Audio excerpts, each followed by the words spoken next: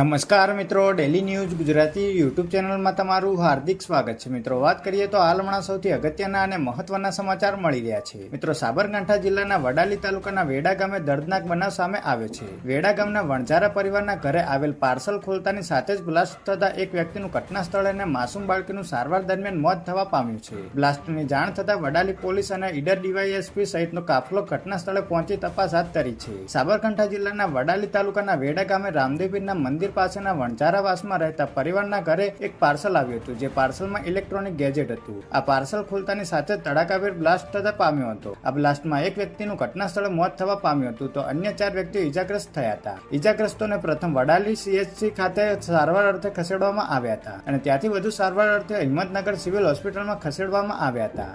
Vadali CHC ખાતેની Himmatnagar civil hospital refer કરવામાં આવી રહ્યા હતા. તે દરમિયાન વધુ એક દીકરી મોતને ભેટી હતી. જોકે અન્ય 2 દીકરીઓને હાલ હિંમતનગર સિવિલ હોસ્પિટલમાં સારવાર આપવામાં આવી રહી છે.